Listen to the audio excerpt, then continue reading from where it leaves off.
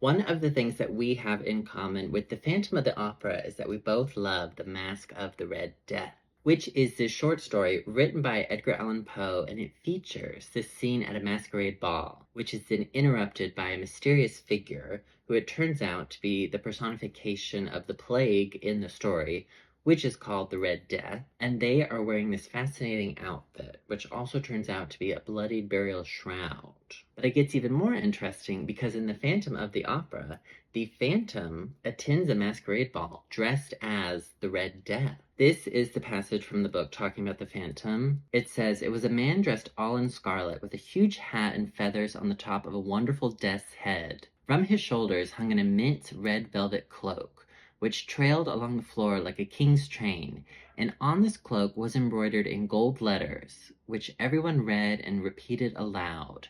'Don't touch me, I am Red Death stalking abroad.'" Which is so fascinating to think of how the Phantom is then interpreting and designing his own costume. And this trend of just writing out on your costume exactly who you are. These images are from the 1920s movie Phantom of the Opera, which is a beautiful adaptation of this scene. And then this costume is from the Andrew Lloyd Webber musical.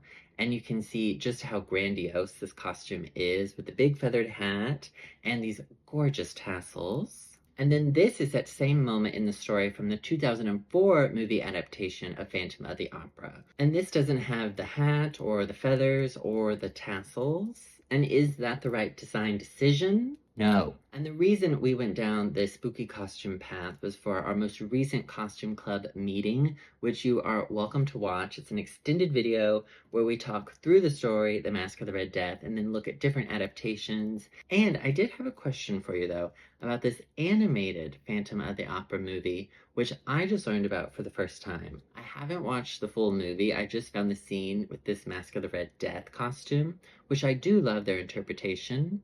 But I was wondering if any of you grew up watching this, because it does seem a little spooky and would be an interesting entry point into the story of Phantom of the Opera and Mask of the Red Death. So please let me know if you did see this and what your childhood reaction was to this adaptation. I really am interested.